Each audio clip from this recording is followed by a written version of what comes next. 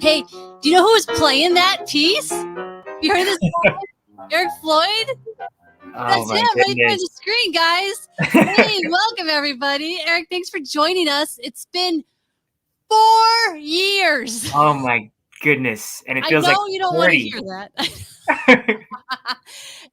It's insane how long we have been working on this this project. I mean, it started out where we were literally just going to try to find our actors. And then when we found you and Naomi, we were like, well, shit, now we got to try to film it. We thought it was going to take a really long time. And now we're still trying to, get it done.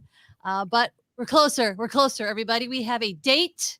We will be in some theaters and on video on demand if we ever get our video in order on November 26th. That's Thanksgiving weekend.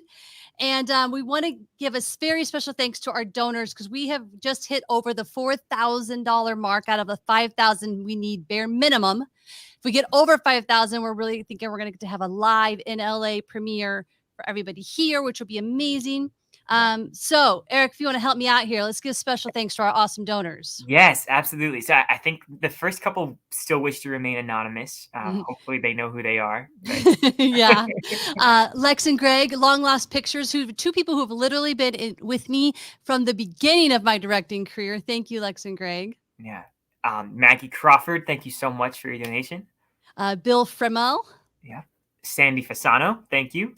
Brendan Cullen. Oh, is he one of the Cullens? I'm watching a lot of Twilight lately. Brendan, thank you so much. You've been generous with your donations since the beginning. We really appreciate you. Thank you. Thank you. Estella Melcher, Jen's mama. My mama. And my grandma, Grace Arnett. Thank you, Grandma. Amber Fantini, thank you so much. Robert Mercer, who came on to do background for us, volunteered a day in the bar. Remember the bar? Yes. How we begged and borrowed and pleaded anybody in that area to come. Well, not only did Robert and Roberta, his wife, come, they have since been donating money to help us get through each phase. So we love them. Amazing. Thank you, Robert. Kylie Malusnik, thank you as well for your donation. Elisa Manzini, one of my sisters in film and a talented screenwriter. Yes. And last but very much not least, Mary Ellen Jadek, who wrote a very sweet note donating in honor of a couple family members. What an amazingly kind thing to say and do. Thank you. Yes. And to all of the lovely people who have shared our post to actually get us out wider, to get us these supporters. Thank you. We still have at least $1,000 to go. So if you visit fundingbeethoven.com, you can read more about what's going on and how you can help. But now, without further ado, who's here? We've got Lynn. Is it Lynn Hoffner? I don't have my glasses on, so please forgive me if I can't read very well. Okay. And Lauren Jenneret. Thank you guys for being here. First one's in. I'm really hoping we see some of our producers and some of our cast members come and say hi, because we have been wanting to talk to Eric for a very long time. We did these lives a while ago, Eric, and then we decided to go a different route and get a distributor. And that's why we are now redoing it with the new date. I would love to start with is there a fond memory that comes right to mind when I ask you that? Man. Yeah, so many. But I feel like doing the scenes with the bike when we were just sort of like this ragtag road crew around LA is a sweet spot for me. Just because, I don't know, I think it was like early on in the shoot, we were still kind of getting our sea legs. We were like chasing the sunlight around. We're on streets with lots of passersby that had no idea what was going on. And I just like had that kind of guerrilla filmmaking spirit that I think. Which the bike, at any point I was worried was going to fall apart and lose you and Naomi to the concrete. Yeah. It made it through to the end. Yeah. All of our balloons did not. You can't give Naomi a free Spirit balloons and think you're going to keep them all. Yeah, that was pretty cute. I think we got some good drone shots of the balloon. There is. They made that all. I would say pretty much all of the bike stuff made the movie, which is rare to say. Yeah. Hello, Catherine Shesky. She says hello. She says, so nice to meet you. Catherine is the writer of Playing with Beethoven. Oh my goodness. Yes. You may not know this, Eric, but she originally wrote it based on sort of her son as her inspiration. Wow. And I don't think I did when know we went out, but when we went to cast, I always kind of saw like this sort of white dude with the shaggy hair, you know, the indie white dude that you see in that. every movie. And you just came in and just stole it for us. Like, it was Aric. It's like you played piano so well. You just felt like you really knew this character and wanted to put that challenge on for yourself. Oh, I'm Do so you glad. have regrets now? No, gosh, no, I'm so glad. I remember like preparing for the audition, and it'd been like years since I took an actual lesson on piano, and I felt so unprepared and so nervous, and I played the piece I was playing like twice as slow as it's supposed to go, and I was like, I hope no one notices. But yeah, I mean, it was like a little bit too good to be true to see a part come through for like someone who Well, looks like they're in college and can play piano and is based yeah, in LA. right. I was like, this is I'm dreaming. For anybody who doesn't know, which at this point I don't know how you do because we can never shut up about it, but all the music was performed live on set. So Aric had to learn very complicated pieces.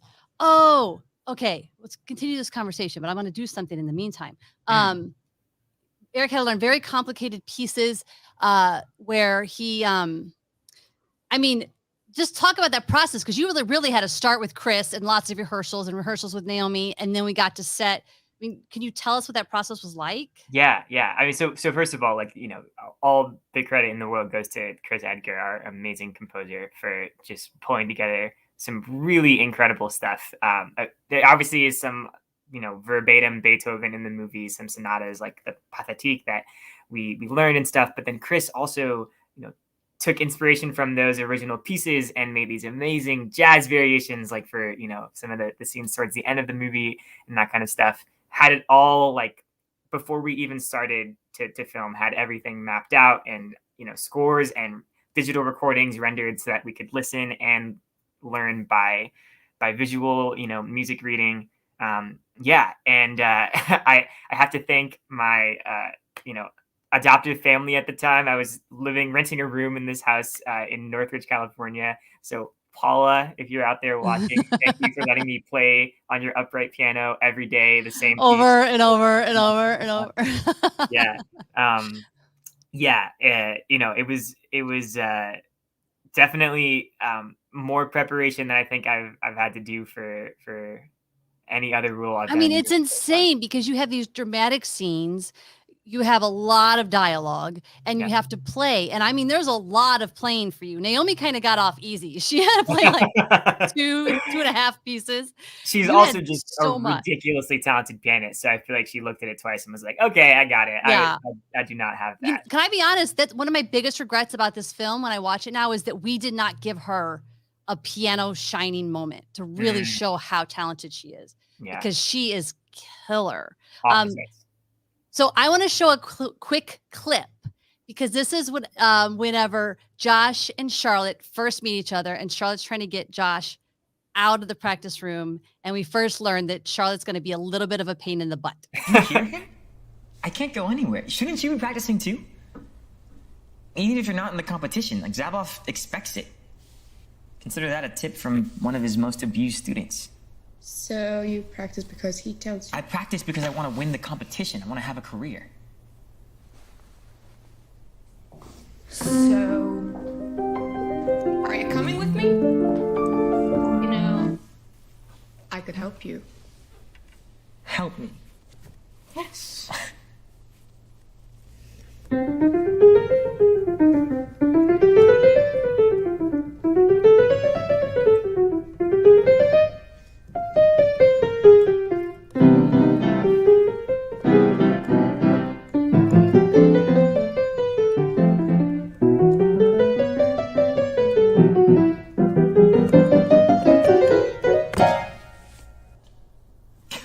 Why not play hooky for this afternoon? Or are you afraid Zebra will catch you? What a pain in the arse. That's so fun. I hadn't seen that yet. I wanted to point, Catherine said, after I said that, we based on her son and we picked you, Catherine said, she can't imagine Josh any other way now. I love that. Because Catherine actually got to see it.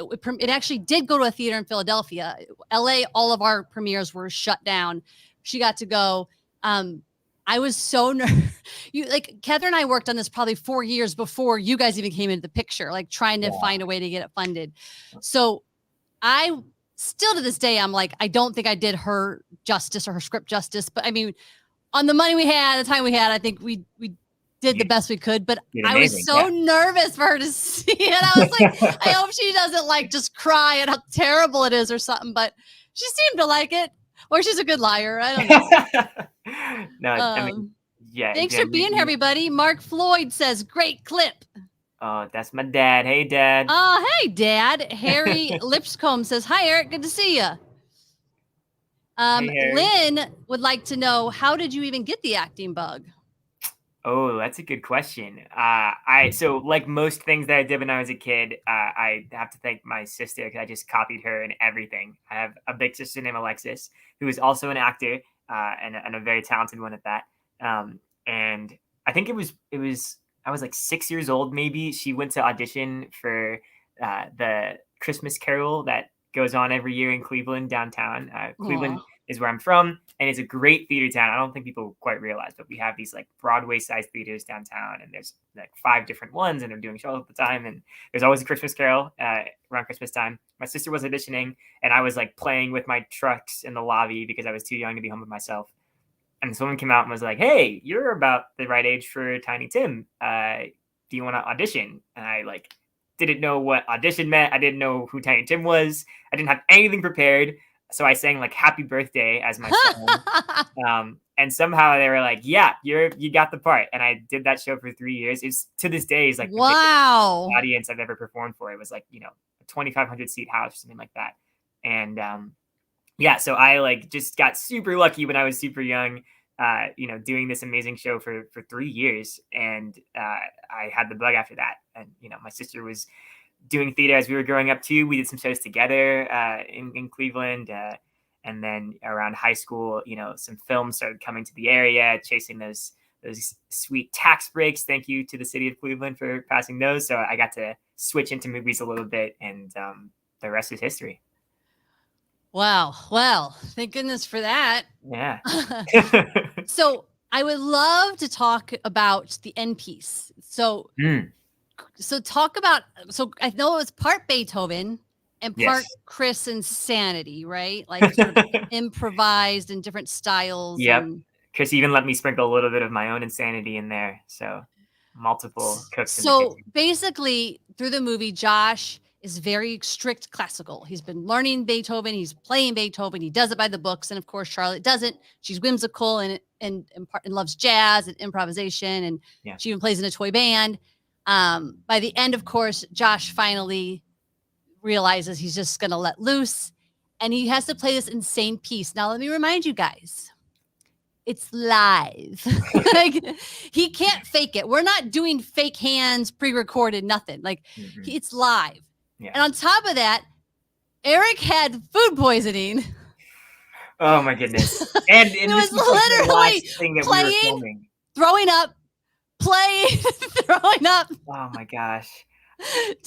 Do you remember this? Like still, like it was yesterday? Or I will never forget this. I felt so terrible because this is like the very end of the shoot. Like we'd come all this way. We had I think we had 3 days left at the school. Yeah, and so there was a point where I was like talking to, like you were like throwing up and like still trying to truck through. I was like talking to the crew, like there's got to be a way we can just do this another day. So we ended up working it out so we could come back at the very end. The very last thing we ever did was you doing that piece again. Yeah. And I think in the end, Chris could correct me if I'm wrong, but I'm pretty sure he only had to he took half of one performance and half of another. And that's the piece. So we didn't have to do a bunch of Frankensteining on it at all. That's not bad, honestly. Yeah. Yeah. I remember there were a couple of takes where I like got halfway through and was like, cool, this is going well. And then I just had to stop and go find the trash can. And it was just so. And it's really hard with that kind of piece to just go, okay, we're going to pick it up here. Like we tried to let you go beginning to end as much as we could for the flow of it. Yeah. Chris is not into pauses or anything else that makes something easy to play. In his defense, I did tell him it needed to seem really hard. No, he pulled it off for sure. Well, I have a tiny piece of that performance I want to show everybody. Oh boy, okay. Oh wait, no. We have a different piece. I set that up to show that piece, but then we don't have it. So we're going to talk about another piece. I guess you're going to have to watch the movie. Yeah, that's the big finale. We can't spoil that. Yeah. You have to go to that might have been my decision earlier, and then so many things have happened since the time I picked the pieces that I forgot. What I ended up pulling actually was the dueling piano scene. That was kind of a doozy. Yes. Do you remember how that was, learning that and playing that? Was there you remember anything about that? Yeah. Well, so I mean, this is when I think I first realized that like I was maybe out of my depth playing with Naomi. Like for those who don't know, like Naomi went to this conservatory back in Bosnia and Herzegovina, and is just like lives. She played at Carnegie Hall at what, like 7 or something? Yeah, ridiculous. like just out of this world astronomical talent. And I remember we had very limited time to rehearse together because obviously like schedules were different. She was coming in from out of state, out of country. So I like learned it on my own and was like, okay, cool. I think I'm pretty comfortable. And then we get to the first rehearsal, and Naomi has learned how to play this twice as fast as I ever thought we ever would. I was like, okay, I need to go back to the drawing board here. What's so funny? You're telling me these stories, but I never would have known that. You always were so professional. Like you would just sit down and you would just do the thing. So as the director, I didn't have any of those heart palpitations. If Chris knew that you weren't as fast or like you needed work, he never told me either. So you guys did good about keeping me calm. I think you had enough on your plate to, to get this thing filmed. So yeah. Well, it's a really nice scene. I think it's a good 2-3 minute song. It kind of goes all over the place. Yeah. I think I have the beginning of the scene. So this is basically there's a dueling piano bar. The two have been on an adventure all day, but they've only known each other today. And they sit down to play this song.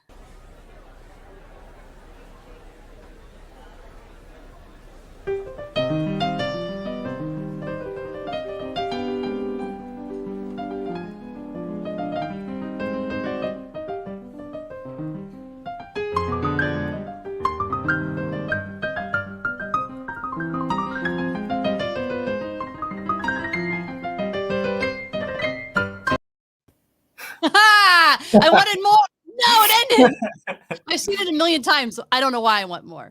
That one is so fun.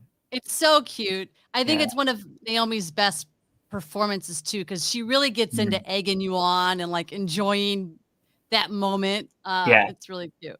We had some great background performers come that day too, who were just for like the best sports about getting the atmosphere, Yeah, I was actually going to dive into that. And it's funny, Catherine just said my favorite scene, which is so good to hear because it was probably the toughest.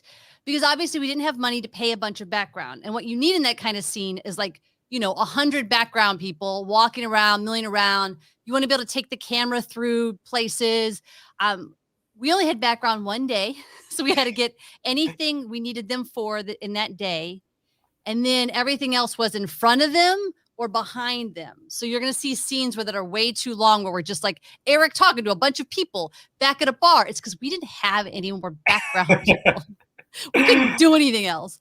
But I'm glad to hear Catherine says it's one of her favorites because I do think that like if you're a piano person, if you're a music person, that if nothing else, you're going to enjoy that part of the movie, the sort of fun musical journey that you and Charlotte take, Yeah.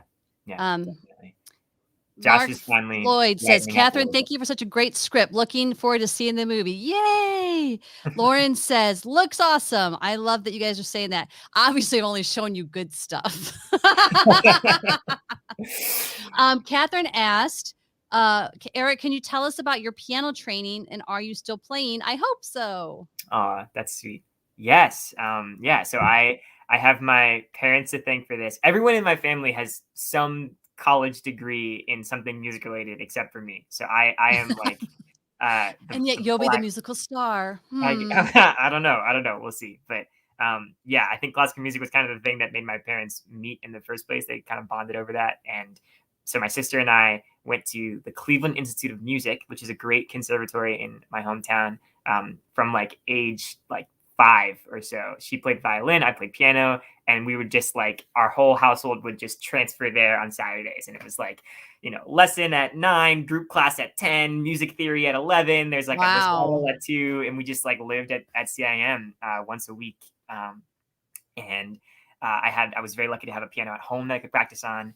So I did it's called Suzuki Method. Did that for a while for all my classical nerds out there. You know what that is. And then, switched to regular piano and stopped right towards the middle of high school. But tried to keep playing as much as I could. I fell in love with jazz in middle school, did like my school jazz band. And so when the classical thing winded down a little bit, I started to try to work on my improvisation a little bit more. And I think the two kind of get married in this movie. So that was very fun. I still play when I can, but it's hard. Like when I'm in LA, I don't own a home. It's very hard to find a place with a piano. So I am like shameless about it though. There's a couple churches that I've scalped out who I make friends with the people there, and like can I sneak in on Tuesday night. So like when I can, I try to find a piano and play. But are you one of those people like if you see a piano, there's no way you're not playing it? It doesn't matter where you are. Yes, definitely. I flew in yesterday to Syracuse. I'm here on location for another movie that's shooting for a month, and there's like 2 pianos outside of my dressing room in the high school that we're setting up. I was like, this is a big mistake. You guys don't know. So if you do play, gotta have someone film it so we can have little things we can throw at the audience. Like, don't you want to see more? Also, Dad, Mark Floyd, how well is that money spent? He actually used those Saturdays for something. There you go. Yes, Dad can never hold that over your head now, huh? Yeah, exactly. Akima Flynn. It's so fun to hear about behind the scenes. Aric is so talented. Love this movie showcases musical and acting talents. Aw, that's so sweet. Nice. Very sweet. Thank you. Well, okay. We only have a few minutes left. So can you talk a little bit about what you're working on now? Is it a big secret? Yeah, I guess in broad strokes, I think this is another movie. I think like a similar audience to Beethoven. It's kind of like a family-friendly, like young people-centered story. No music in this one, but it's really good. I think NDAs are the worst because I know. Can't say much.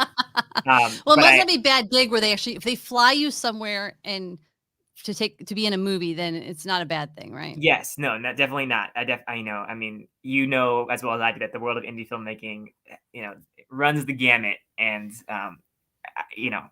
Well, always... I mean, this movie itself, Beethoven was originally set to be in Philadelphia, where Catherine's from, and we wanted so bad to shoot there. It would be such a great backdrop. Yeah. But when it's an indie land, getting to go on location is tough. So it's pretty cool that you're in a film that gets to do that. Yes, definitely.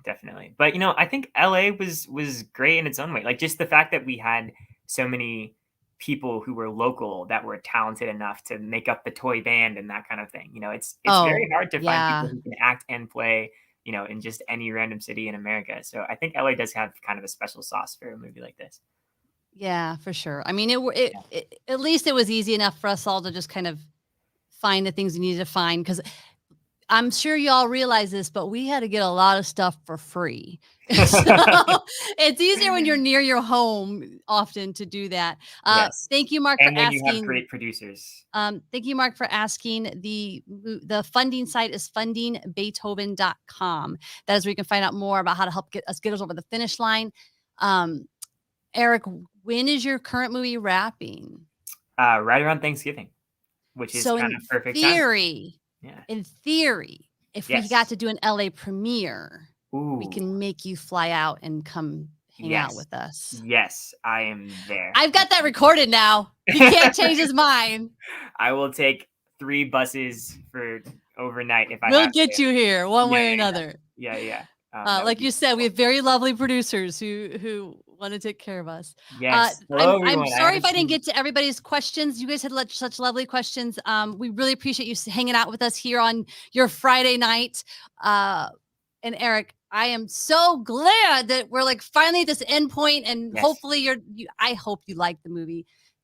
You're going to be like most of us. You're going to be critical of yourself and have issues. but you're so good. Like, I just think that you are the heart of this movie. Like if you watch this movie, any audience watch this movie, and Catherine, you've seen it, maybe you can let me know what you think. But I feel like Aric, he is this movie. Without him, it's not the special thing it could be. And not to take it away from any of our other actors. All of our actors are lovely, but Aric, you have a really special quality that I'm so glad that you're back out, acting and getting involved and booking roles, because I do believe that you're a star in the making. Oh, that is so sweet, Jen. And I mean, the credit goes to you for that. Obviously, like the tone that you set on set, the way that you were able to, bring out the performances from me, even when I was nervous and shaking or had food poisoning or both.